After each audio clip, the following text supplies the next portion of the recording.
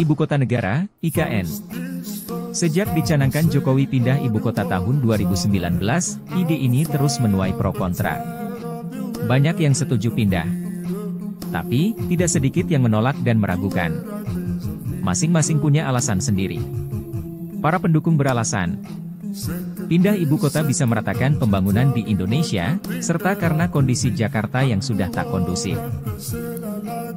Para penolak pun tak kalah kuat, dengan banyak alasan yang juga logis. Apa saja argumen para penolak? Fakta atau hoax? Bagaimana dengan pertahanan dan kedaulatan negara? Apa pendapat Jenderal Sunarko tentang pertahanan keamanan di IKN nantinya? Lalu apa kata Profesor Sosiologi tentang naskah akademis IKN? Kenapa profesor ini mencoret-coret naskah tersebut? Tonton videonya sampai habis. Para penolak mengkhawatirkan begitu masif dan pentingnya peranan asing, khususnya negara Cina, dalam proyek IKN ini.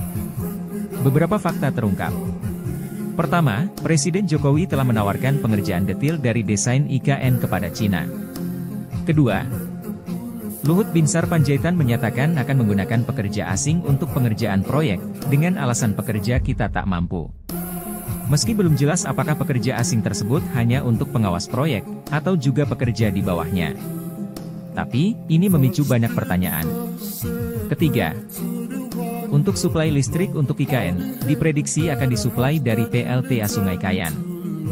Adapun PLTA ini sudah diserahkan pengelolaannya kepada perusahaan Cina, China Power. Dan keempat, yang tak kalah miris adalah pemberian hak guna usaha kepada para investor yang sangat panjang, yaitu sampai 190 tahun. Tidakkah ini sangat berbahaya?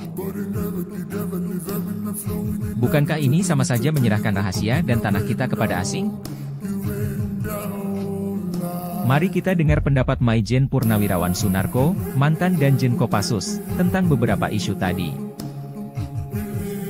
Pak Narko, itu salah satu yang ditandatangani waktu kunjungan ke Chengdu, Cina 28 Juli kemarin adalah menyerahkan detail desain istana dan IKN kepada Cina. Padahal kalau istana itu kan kalau sampai diserahkan detailnya kepada asing, itu kan sama saja kalau secara kedaulatan keamanan kan rawan sekali.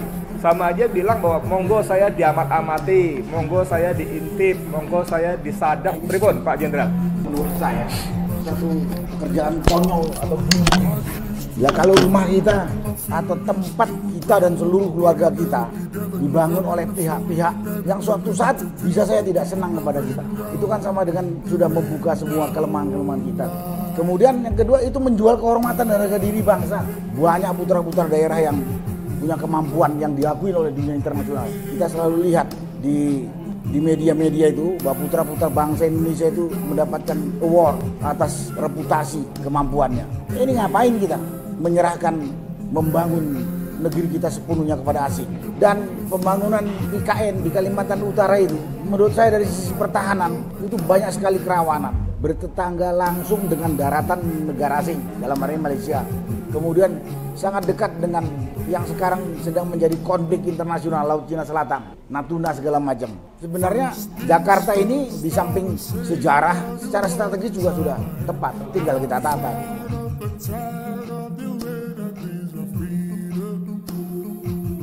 Saya akan memberikan tambahan sedikit beberapa poin. Yang pertama, catatan saya bahwa ibu kota negara itu nanti membutuhkan listrik berarti. Listrik itu ternyata akan disuplai dari PLTA Sungai Kayan yang ada di Kaltara, yang kemarin sangat dibangga-banggakan Jokowi teman Gisglu di Inggris bahwa ini adalah energi baru terbarukan. Tapi yang perlu kita catat, siapa yang memegang investasi di tempat itu?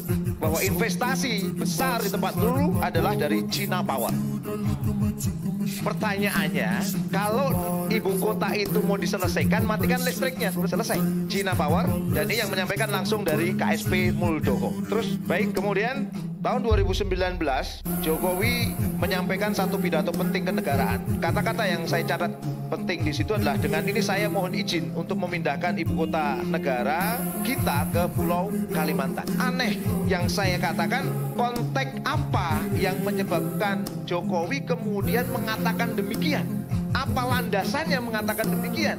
Apakah telah ada persetujuan antara eksekutif dan yudikatif untuk memindahkan ibu kota ke Kalimantan? Tidak ada. Ini juga pelanggaran hukum, Pak. Ini pelanggaran hukum berikutnya. Kemudian alasan-alasan yang disampaikan Pak Jokowi. Satu, alasan bencana yang sering menerpa Jakarta. Pertanyaannya, Jakarta sering banjir. Di sana sering banjir nggak? Sering banjir juga. Pindah banjirnya di sana. Kemudian yang kedua, pemerataan pembangunan. Ini yang menarik. Data yang saya tulis langsung dari Indef, yang disampaikan langsung oleh Rizal Taufikur Rahman, Head of Center of Macroeconomic and Finance Indef. Dikatakan bahwa ada yang mengatakan bahwa waktu itu kenapa harus pindah ibu kota, karena Jawa itu lebih banyak mendapatkan PDB, sementara di sana lebih rendah. Pemerataan apa yang akan disampaikan di sana? Hasil penelitian dari Rizal Taufikur Rahman disampaikan di situ oleh Indef bahwa pemindahan kota ke Kalimantan itu dalam jangka pendek hanya akan meningkatkan pendapatan sekitar 0,02% dalam jangka pendek. Jangka panjangnya 0,00%, tidak ada perubahan sama sekali. Terus kemudian untuk Kalimantan Timur itu paling hanya meningkatkan pendapatan sekitar 6,83% saja. Untuk jangka panjangnya hanya 4,58%. Nggak jauh beda. Cukup dengan membangun sarana prasarana pendidikan sana aja sudah cukup meningkatkan apa yang ada percepatan pembangunan yang ada di tempat itu. Ini yang menarik untuk kita baca. Lalu, apa kata Profesor Zulfikar Amir dari Nanyang Technology University tentang naskah akademik IKN? Mengapa beliau mencoret-coret naskah akademik tersebut? Apakah ada masalah dengan naskah akademik IKN?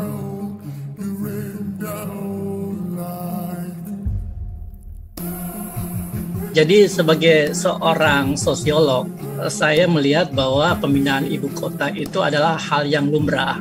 Dan ini dilakukan oleh bangsa lain, bangsa Australia, Amerika Serikat, ada beberapa negara di Asia, jadi tidak ada masalah dengan itu. Cuma kita harus melihat bahwa pemindahan ibu kota ini adalah pekerjaan besar, pekerjaan kolektif, pekerjaan masif yang membutuhkan proses dan waktu yang tidak bisa dilakukan secara tergesa-gesa. Dan karena itu pengerjaannya itu harus hati-hati, harus cermat, harus profesional, dan harus dengan pemikiran yang mendalam.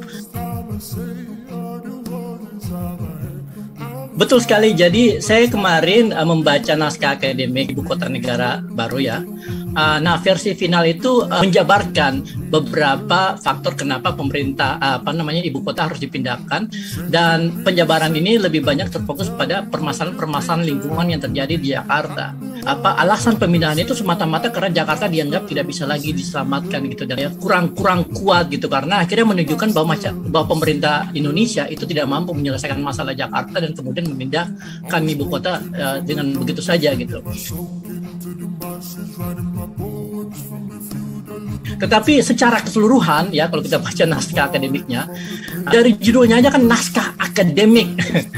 Dan harapan saya waktu sebelum membaca adalah bahwa naskah akademik ini adalah sebuah gambaran yang ditulis secara objektif, ditulis dengan landasan akademik yang solid. Ketika membaca naskah akademik itu, saya menjadi sangat tersinggung gitu.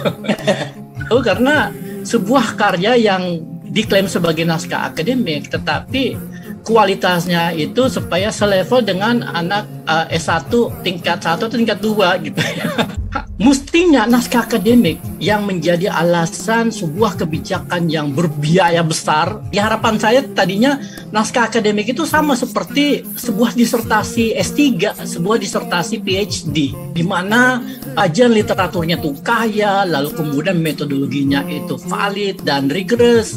Dan kalau kita lihat di naskah akademik itu ya, isinya itu kemana-mana. Terus tiba-tiba loncat ke landasan sosiologis. Nah, ini yang benar-benar membuat saya jadi sangat gundah-gulana gitu lah. Karena menggunakan kata sosiologis gitu loh. Dan sebagai seorang sosiolog, ya saya tentu sangat, istilahnya itu ya seperti tadi saya bilang, sangat tersinggung ketika istilah sosiologis dipakai hanya untuk menjustifikasi alasan yang sangat simpel, yang sangat dangkal gitu. Dan saya mendapati landasan sosiologisnya ini cuma 4-5 paragraf pendek yang kemudian penjabarannya itu sangat sangat singkat, sangat umum, sangat dangkal. Itu yang kemudian mendorong saya untuk mencoret-coret. Karena jangankan kontennya, penulisnya pun juga Masalahnya masalah. Saya pikir ini naskah akademik apakah dibuat secara serius, main-main, tergesa-gesa atau gimana? Sementara inilah landasan dari suatu kebijakan yang diambil pemerintah yang akan menggunakan duit APBN dari pajak masyarakat.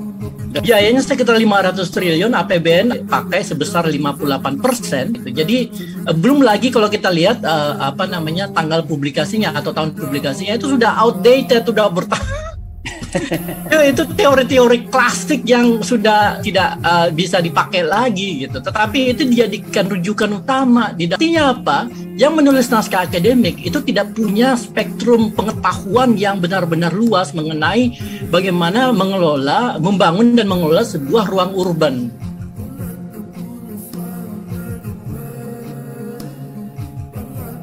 Ini undang-undang ajaib memang Bang Refli ya. Jadi terjadi dengan sangat cepat gitu, kita nggak tahu prosesnya seperti apa gitu. Ini sebenarnya indikasi bahwa pemindahan ibu kota ini itu lebih karena dimotivasi oleh keinginan untuk meninggalkan legacy. Pak Jokowi ingin meninggalkan ibu kota sebagai legasi dia gitu.